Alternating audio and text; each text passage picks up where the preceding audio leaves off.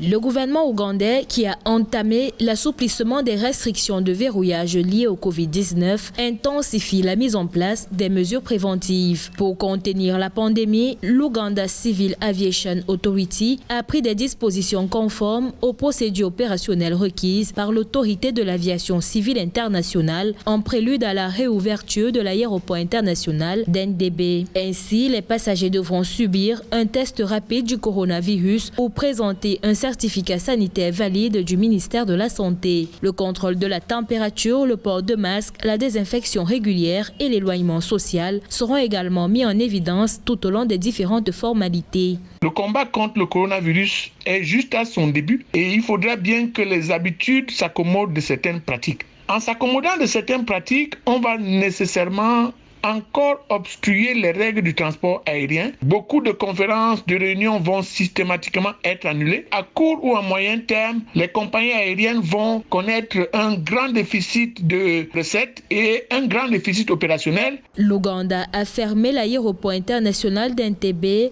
le 23 mars 2020 pour limiter la propagation de la maladie dans le pays. Seuls les vols humanitaires, d'évacuation et de fret sont autorisés. Même si aucune date d'ouverture n'a été annoncée par les autorités, le pays a procédé à la levée progressive de certaines restrictions. Ainsi, les transports publics et privés, les magasins, les restaurants et les hôtels sont déjà tous rouverts. Ce qui rapporte le plus dans le transport aérien, ce sont les voyageurs de courte durée, les voyageurs qui vont pour des missions ponctuelles, des réunions ou des conférences qui varient entre 2, 3, 4, 5 jours. Cette frange de la clientèle est celle qui maintient les compagnies aériennes en vol. Mais c'est cette frange qui va complètement...